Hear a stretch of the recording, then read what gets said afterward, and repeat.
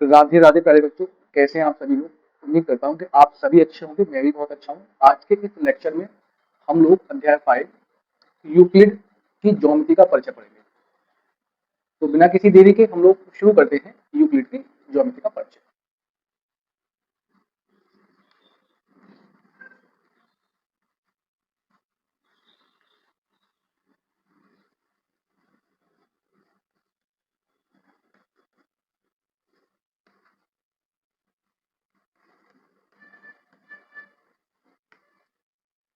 अध्याय को आरंभ करें तो सबसे पहले इसमें एक शब्द आता है ज्यामिति। ज्यामिति किसे कहते हैं? सामान्य भाषा में अगर बात की जाए तो वृत्त की एक ऐसी शाखा जिसमें आकृतियों का अध्ययन किया जाता है, उसे हम लोग ज्यामिति कहते हैं। लेकिन ज्यामिति का वास्तविक अर्थ यूनानी दो शब्द हैं,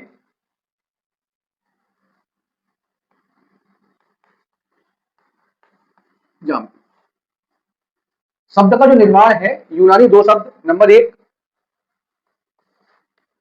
जियो और नंबर दो मेट्रो से मिलकर हुआ है।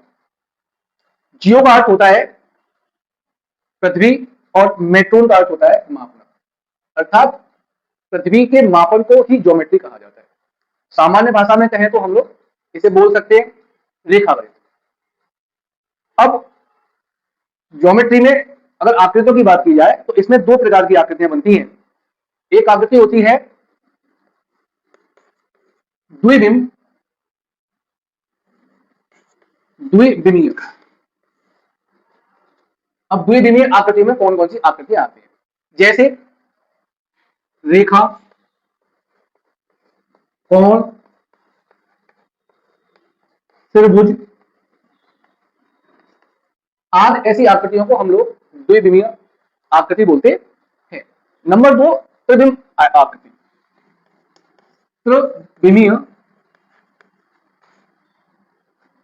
आकृतियां। अब त्रिविमीय आकृतियां कौन कौन सी होती हैं? जैसे घन,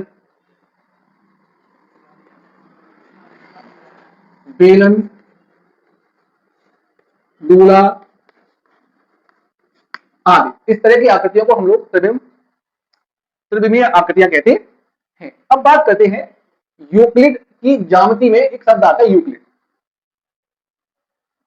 अब हमारे यूक्लिड कौन थे?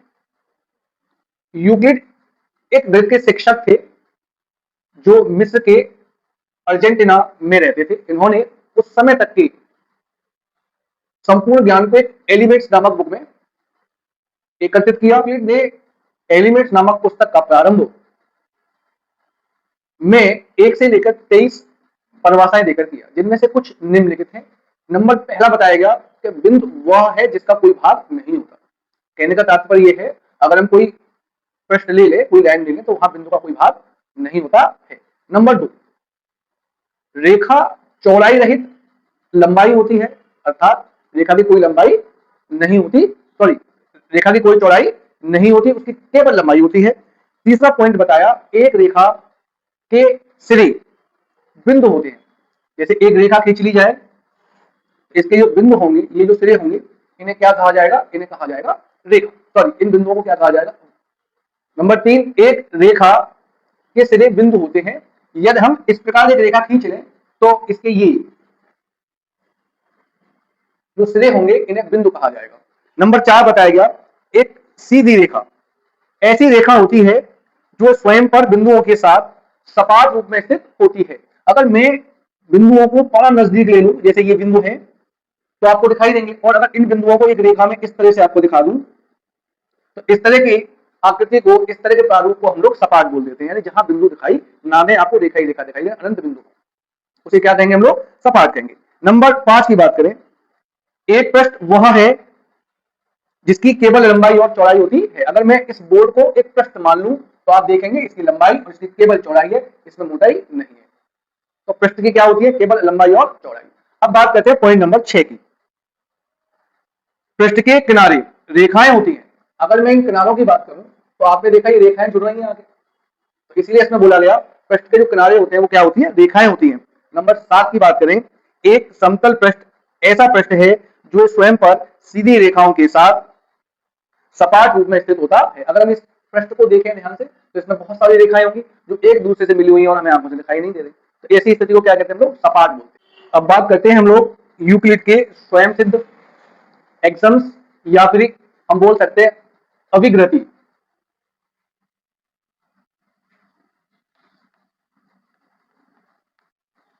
अभिग्रहित अभिग्रहित तो इसमें बताया गया, नंबर पहले की बात करते हैं, वे वस्तुएं जो एक वस्तु दूसरी वस्तु के बराबर हो, कहने का मतलब वे वस्तुएं जो एक ही वस्तु के बराबर हो तो वे एक दूसरे के बराबर होती है। अगर मान लिया जाए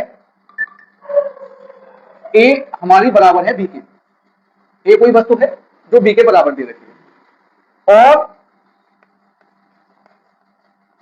वस्तु बी दे रखी है सी के बराबर, तो हम लिख सकते हैं, यहाँ पे ए बराबर सी।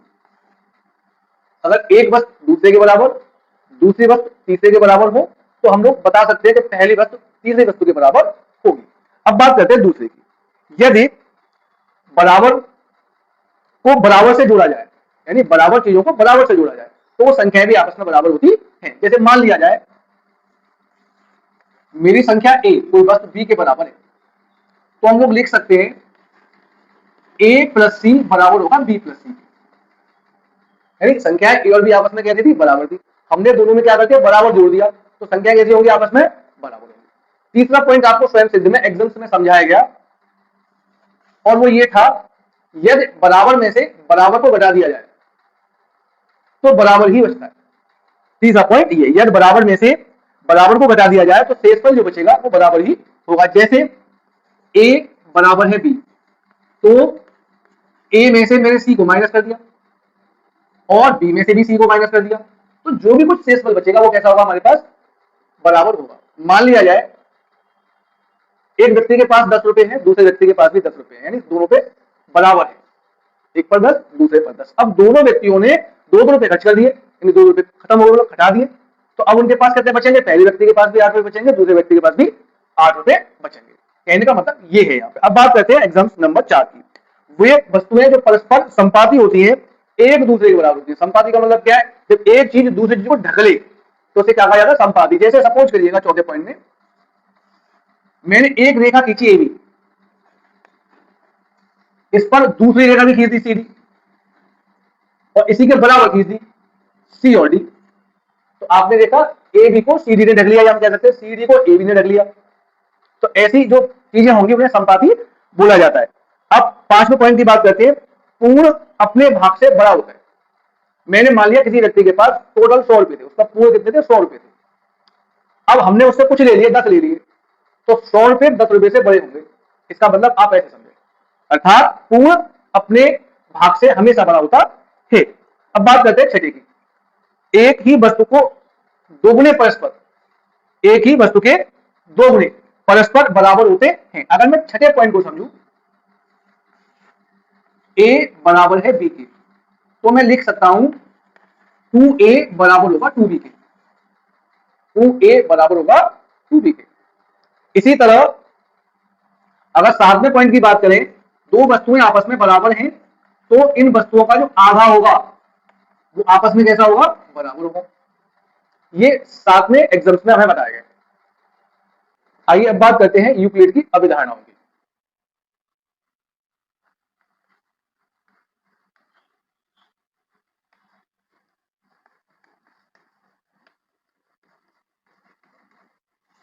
यूक्लिड की अभिधारणा है, इसे पोस्टलेट भी बोला जाता है। तो पहली अभिधारणा बोलती है हमारी, एक बिंदु से अन्य बिंदु तक सीधी रेखा खींची जा सकती है। मैं मान लूं पहले वाले को समझने के लिए, पहली वाले के लिए एक बिंदु मैंने ए ले लिया, एक बिंदु ए, अब मैंने कहीं दूसरा बिंदु ले लिया ये, तो हम इससे यहां तक एक सीधी रेखा खींच सकते हैं। अगर मैं कोई बिंदु यहां मान लू सी, तो देखो यहां पे भी एक सीधी रेखा खींची जा सकती है। कोई बिंदु यहां मान लू डी, तो यहां पे भी एक सीधी रेखा खींची जा सकती है। तो पहली अभिधारणा का मतलब यह था, किसी एक बिंदु से अन्य बिंदु तक एक सीधी रेखा खींची जा सकती है। नंबर दो,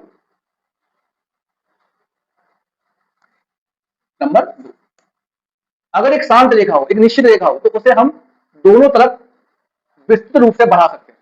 दूसरा पॉइंट ये था, जैसे मैंने एक रेखा खींची है, ये रेखा है ए, ये रेखा है बी, ए भी रेखा है, ये बिंदु है बी, तो देखिए इसे मैं आगे तक बढ़ा सकता हूँ और इस बिंदु को भी मैं आगे तक बढ़ा सकता हूँ। तो दूसरा बिंदु यही कहता है कि रेखा के दोनों सिरों को हम विस्तृत रूप से आगे की तरफ बढ़ा सकते हैं। नंबर 3,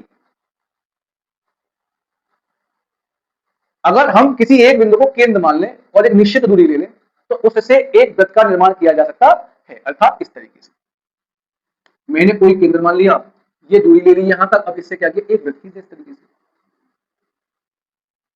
तो तीसरा पॉइंट आपको क्या समझाता है, तीसरा पॉइंट समझाता है आपको किसी को केंद्र मानकर और किसी त्रिज्या से एक वृत्त को खींचा जा सकता है। अर्थात ये केंद्र हो गया और ये इसकी त्रिज्या r हो गई। अब बात करते हैं हम लोग चौथे की, पॉइंट नंबर 4। पॉइंट नंबर 4 में हमें क्या समझाया गया, सभी समकोण एक दूसरे के बराबर होते हैं, क्योंकि हमें बताया गया है समकोण वही होता है जब दो रेखाओं के मध्य बना हुआ कोण 90 डिग्री का होता है तो उसे बोला जाता है समकोण। तो सभी समकोण कैसे होंगे, आपस में बराबर होंगे। अब बात आती है 5वें नंबर की, और 5वें नंबर पर पोस्टेड 5 में समझाया गया, यानी अभिधारणा 5 में हमें समझाया गया, यदि एक सीधी रेखा दो सीधी रेखाओं पर गिरकर एक ही ओ अंतःकोण इस प्रकार बनाती है कि दोनों अंतःकोणों का योगफल 180 से कम है, तो वो दोनों रेखाएं उसी तरफ किसी एक बिंदु पर अवश्य मिलेंगी, ऐसा बताया। तो देखिए मैं ये मान लूं 5वें पॉइंट के लिए, एक रेखा ये है और एक रेखा मेरी है, और मैंने तीसरी रेखा डाल दी ये, तो अंतःकोण ये हो गए आपके दोनों, और इन दोनों का आप योगफल करेंगे तो ये 180 से कम आएगा।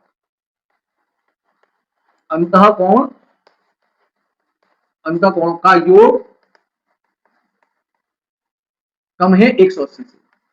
तो जब हम इन दोनों रेखाओं को आगे मिलाएंगे, ऐसे करके बढ़ेंगे, तो आप देखेंगे किसी एक बिंदु पर ये आती मिलेंगे। एक बिंदु पर क्या हुआ, कट गई, इंटरसेक्ट कर गई, प्रतिच्छेद कर गई, यानी मिल गई आके। तो अब 5वें पॉइंट में ये समझाया गया, अगर दो रेखाओं पर एक तीसरी रेखा इस प्रकार डाली जाए कि उसके अंतःकोणों का योगफल 180 से कम हो, तो वो दोनों रेखाएं किसी एक बिंदु पर अवश्य मिलेंगी या मिल। अब बात करते हैं एक्सरसाइज नंबर 5.1, जिसमें सबसे पहला क्वेश्चन यही दिया गया है कि निम्न कथनों में सत्य और असत्य बताइए और इनका काल भी दीजिए। तो पहला कथन है आपका, केवल एक बिंदु से होकर केवल एक ही रेखा खींची जा सकती है। तो सबसे पहले ये कथन क्या है हमारा, असत्य। क्या कथन, असत्य। एक पॉइंट करूंगा। अब कहता है इसका काल भी दीजिएगा। तो काल में आपको समझाया गया था, एक अकेले बिंदु से अनंत रेखाएं सीधी खींची जा सकती है। जैसे क्योंकि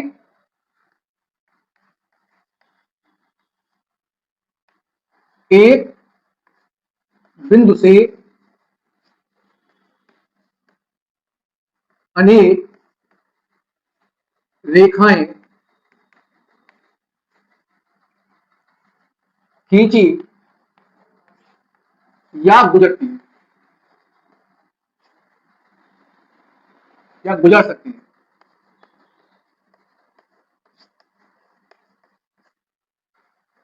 यानी क्योंकि हमारा एक बिंदु तो सिर्फ कितनी भी रेखाएं हम खींच सकते हैं। फॉर एग्जाम्पल हम मान लें एक बिंदु ये है, इससे एक रेखा ये भी खींच सकते हैं, ये भी खींच सकते हैं, ये भी खींच सकते हैं, ये भी खींच सकते हैं, या कह सकते हैं ये रेखा आपस में पास भी हो सकती है, इस तरह ये गुजर भी सकती है। अब बात करते हैं दूसरे पॉइंट की। दूसरा कथन क्या दिया है, दूसरा कथन है दो भिन्न बिंदुओं से होकर जाने वाली अनंत रेखाएं। तो दो बिंदुओं से अनंत रेखाएं कैसे जाएंगी, तो ये भी असत्य हो गया आपका, असत्य। क्योंकि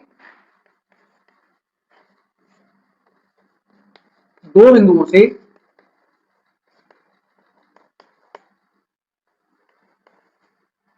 केवल एक सीधी रेखा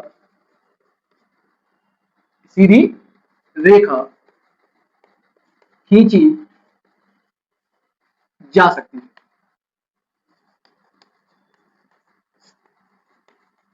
जैसे हम लोग करके देखते हैं, मान लिया एक बिंदु ए है, एक बिंदु बी, तो इनसे हम एक ही रेखा खींच सकते हैं। देखिए भाई, बस इससे ज्यादा रेखा नहीं खींचेंगे। तो यानी हमारा दूसरा कथन भी असत्य है। अब हमारा अगला पॉइंट क्या है, तीसरा पॉइंट दिया गया, और तीसरा पॉइंट है एक शांत रेखा दोनों ओर अनिश्चित रूप से बढ़ाई जा सकती है, तो ये कथन सत्य है। क्या ये कथन सत्य सत्य है? क्योंकि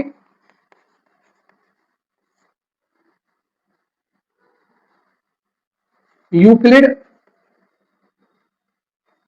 क्लिड की अवधारणा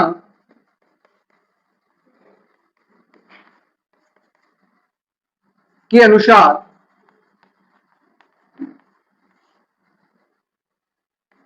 एक सीधी शांत रेखा को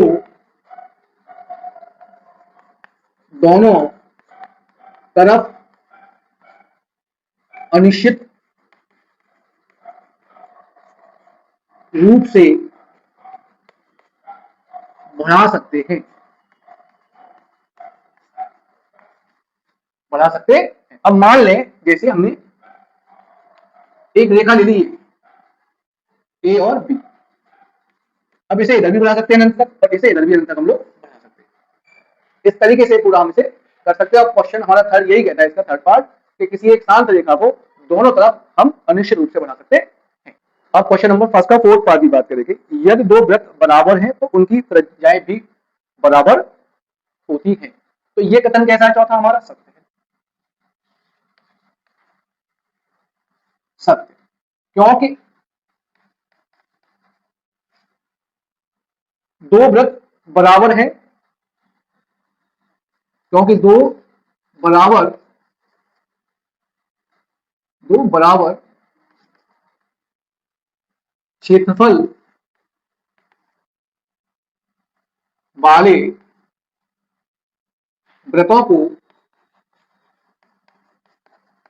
एक दूसरे के ऊपर रखकर एक दूसरे के ऊपर रखकर अर्थात सुपर इमोज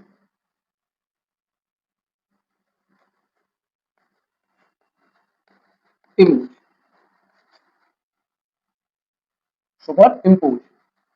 सुपर इम्पोज के माध्यम से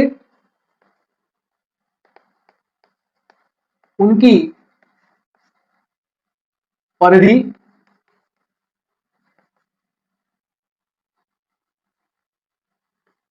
और केंद्र संपाती होंगे,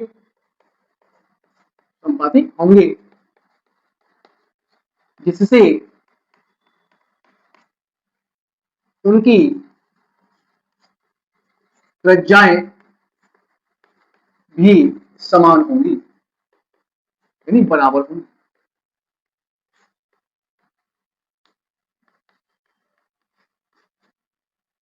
कहने का मतलब यह है, अगर बराबर क्षेत्रफल वाले दो वृत्त ले लिए जाए और उन्हें एक दूसरे के ऊपर, यानी एक वृत्त ये हो गया आपका और दूसरा वृत्त ये हो गया, तो आप देखेंगे इसका केंद्र और परिधि जो होगी वो एक दूसरे के संपाती होंगे, और संपाती होंगे तो फिर त्रिज्या इनकी आपस में कैसी होंगी? बराबर होंगी। अब बात करेंगे अगले पार्ट की, question number two, question number fifth, sorry, question number first का फिफ्थ पार्ट। यदि ए बी बराबर है पी क्यू के और पी क्यू बराबर है एक्स वाई के, तो ए बी बराबर होगा एक्स वाई के। भाई ये सत्य है? सत्य है,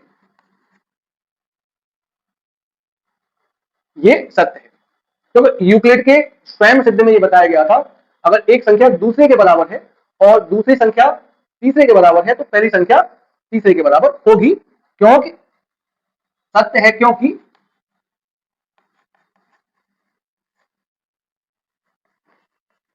यूक्लिड की अभिग्रहित के अनुसार, यूक्लिड की अभिगति के अनुसार जो वस्तुएं किसी एक वस्तु के बराबर होती हैं वे स्वयं भी बराबर होती हैं।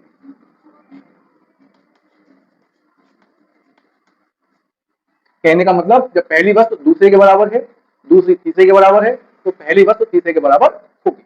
इसी क्रम में बात करेंगे क्वेश्चन नंबर 2 की।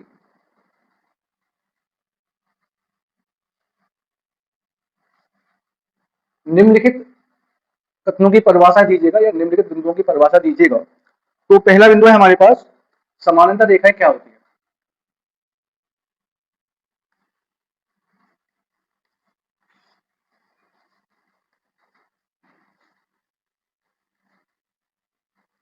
समानांतर रेखाओं का मतलब होता है एक ही तल में ऐसी दो सीधी रेखाएं जिनके प्रत्येक बिंदु पर उनके बीच लंबवत दूरी समान पाई जाती है तथा उनको आगे और पीछे बढ़ाने पर वे एक दूसरे को प्रतिच्छेद नहीं करती, उन्हें समांतर रेखाएं कहते हैं। जैसे हम समझते हैं एक रेखा ही हमने खींच ली तल में, एक खींची, इसे नाम दिया ए बी और इसे नाम दे दिया हमने सी और डी।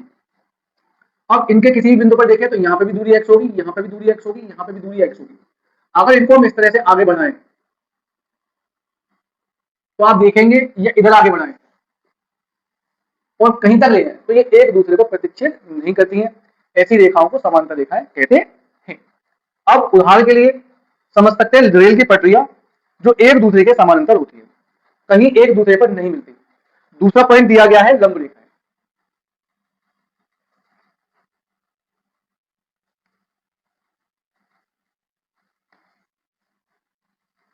भाई लंब रेखाएं क्या होती है?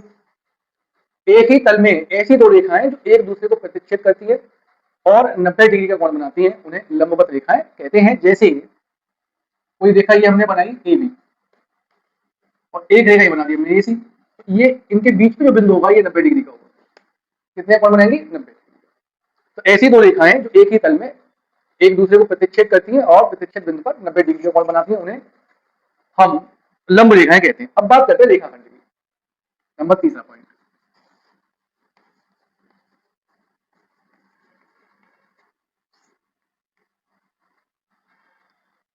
रेखाखंड क्या होता है? एक रेखा का वह भाग जिसके दो अंतः बिंदु होते हैं उसे हम रेखाखंड कहते हैं।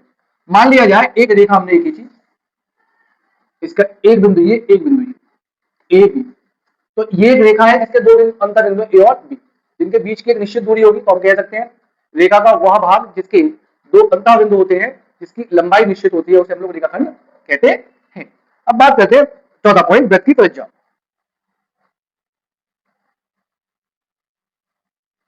चौथा पॉइंट, वृत्त की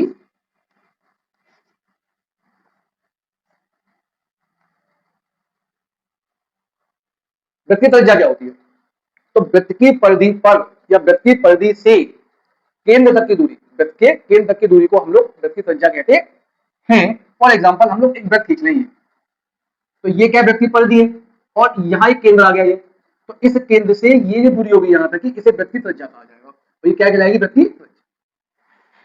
यानी केंद्र से इस बिंदु तक की दूरी को क्या कहेंगे हम लोग? वृत्त की त्रिज्या। अब बात करते हैं पांचवें पॉइंट की, वर्ग।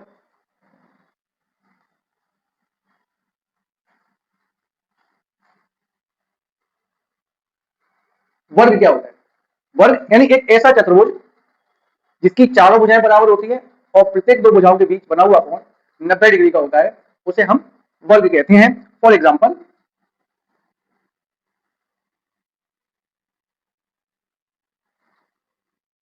ए बी सी और डी, और प्रत्येक कोण हमने आपको बताया 90 डिग्री का।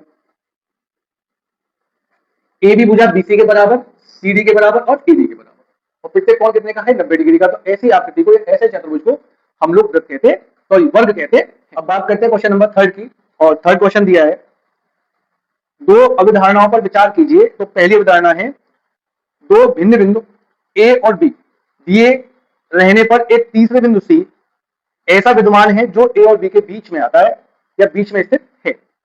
यहां कम से कम तीन बिंदु ऐसे विद्यमान है कि वे एक रेखा पर स्थित नहीं है। क्या इन अवधारणाओं में कोई अपरिभाषित शब्द है? क्या ये विरोधी हैं? क्या यूक्लिड की अवधारणाओं से प्राप्त होती है? यानी तीन अलग अलग बिंदु दिए गए। तो पहला पॉइंट हमसे कहता है कि इसमें कौन कौन से शब्द अपरिभाषित हैं। तो देखिएगा क्वेश्चन नंबर 3, हाँ, इसमें अपरिभाषित शब्दों का प्रयोग किया गया। अब कौन कौन से हैं? हाँ, जैसे बिंदु और रेखा और रेखा अपरिभाषित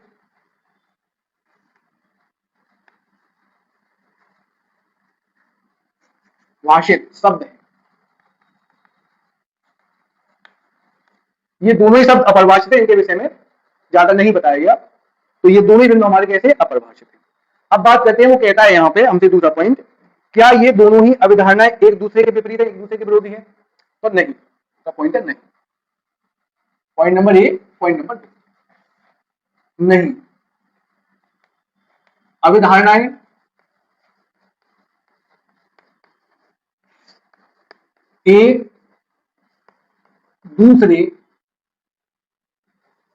एक दूसरे का विरोध नहीं करती है। पहली स्थिति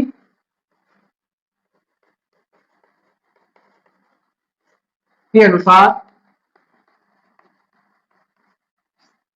पहली स्थिति के अनुसार तीनों बिंदु संरेखें और दूसरी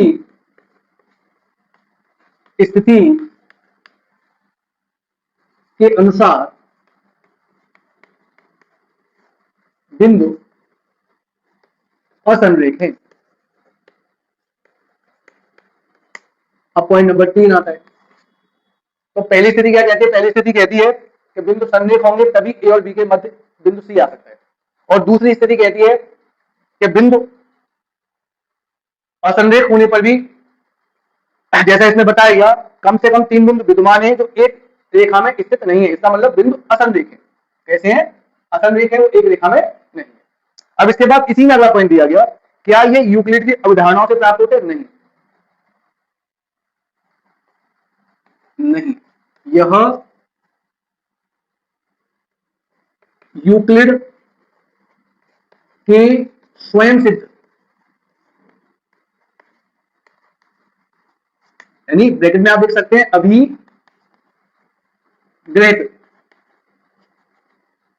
से है, जिसके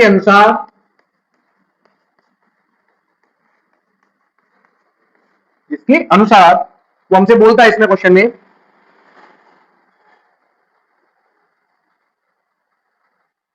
जिसके अनुसार दो भिन्न बिंदुओं से एक सीधी रेखा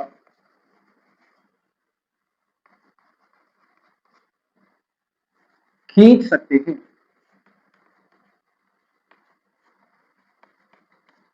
अर्थात अवधारणा में नहीं है, वो उसका किसमें है? स्वयं सिद्ध या फिर अभिग्रहित, जिसे हम बोलते हैं। उसके अनुसार हम दो बिंदुओं से एक सीधी रेखा खींच सकते हैं। तो आपने देखा क्वेश्चन नंबर 3 के तीनों पार्ट अलग अलग दिए। अब बात करते हैं क्वेश्चन नंबर 4 की।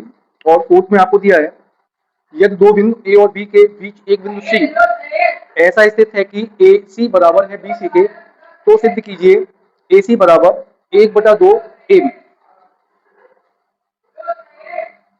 क्वेश्चन नंबर 4, हल। यानी एक रेखा दी गई आपको ए बी, जिसके मध्य कोई ऐसा बिंदु लिया सी हमने, तो ए सी हमारा बराबर है बी सी के, ये हमें दिया है।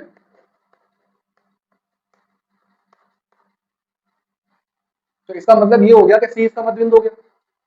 तो हम दोनों पक्षों में ए सी जोड़ सकते हैं। तो ए सी प्लस ए सी बराबर BC प्लस AC।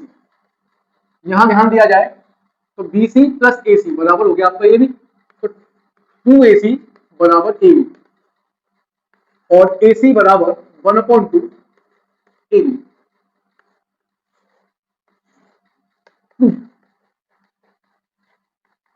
यानी दिए गए में अगर दोनों साइड AC जोड़ दिया जाए तो हम सिद्ध कर सकते हैं। इसी क्रम में बात करते हैं क्वेश्चन नंबर 5 की, जो हमें बोलता है प्रश्न 4 में C रेखाखंड का मध्यबिंदु कहलाता है। तो सिद्ध कीजिए एक रेखाखंड का एक ही और केवल एक ही मध्यबिंदु होता है। तो देखिए क्वेश्चन नंबर 5, माना D रेखाखंड AB का मध्य बिंदु है।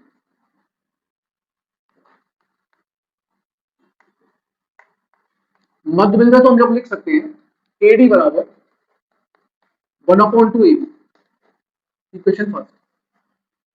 और जैसा क्वेश्चन 5 में जिक्र किया गया है क्वेश्चन नंबर 5 से, तो क्वेश्चन नंबर 5 से हमें सिद्ध आया है AC बराबर 1/2 AB।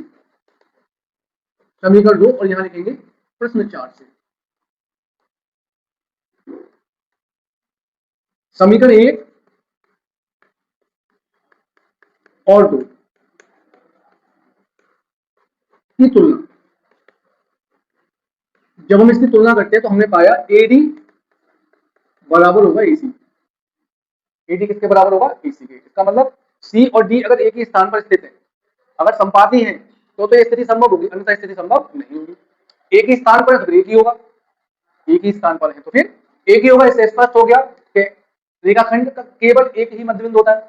हम यहां लिखेंगे तुलना करने पर AD बराबर AC, अतः स्पष्ट है कि बिंदु C और D एक स्थान या संपाती है, अर्थात एक रेखाखंड का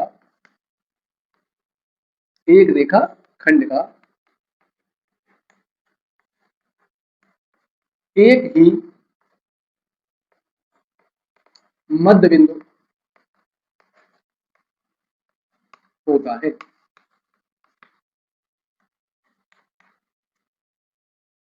तो इस तरह हम क्वेश्चन नंबर 5 को पूरा कर सकते हैं, जिसमें हमने देखा रेखाखंड अगर एक है तो उसका एक ही मध्य बिंदु केवल होगा। अब बात करेंगे क्वेश्चन नंबर 6 की, जिसमें एक आकृति दी गई है, एक रेखा जिस पर 4 बिंदु हैं AB, C और D, और हमें दिया है AC बराबर है BD के। AC किसके बराबर है? BD। प्रश्न से AC बराबर BD, AC को हम लोग लिख सकते हैं AB प्लस BC। इसी तरह BD को लिख सकते हैं BC प्लस C। तो BC से BC कर गया, AB बराबर C। यही हमें प्रूव करना है। अब बात करते हैं क्वेश्चन नंबर 7 की। क्वेश्चन नंबर 7 क्या है?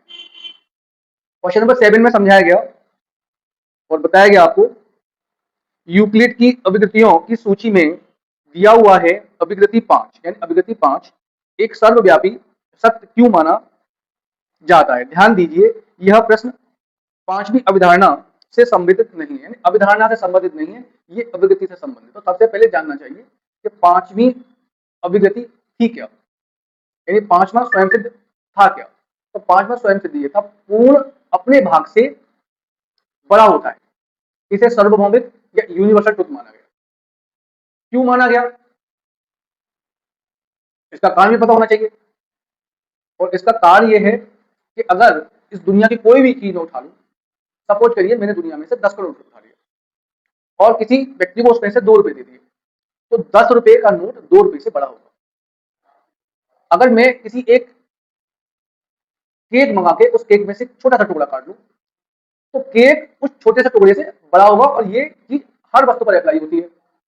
यानी किसी भी बड़ी वस्तु का या किसी भी छोटी वस्तु का अगर कोई छोटा सा भाग हम ले लें तो वह उस छोटे से टुकड़े से बड़ा होगा। और इसे क्या माना गया? इसे माना गया सार्वभौमिक, सार्वभौमिक यानी यूनिवर्सल ट्रुथ इसे माना गया। इसीलिए पांचवी जो हमारी अभिकृति थी उसे सर्वव्यापी माना गया। समझ में आ गया आपके? कहने का मतलब पूर्ण हमारा जो होगा वह उसके छोटे से भाग से बड़ा होगा। प्यारे बच्चों, इसी तरह ये एक्सरसाइज हमारी खत्म हो जाती है। उम्मीद करता हूँ आपकी समझ में आया होगा। और यदि आप इस वीडियो को देख रहे हैं तो इसे लाइक करिएगा, सब्सक्राइब करिएगा। मिलते हैं आगे नए वीडियो में नए क्वेश्चनों के साथ। राधे राधे।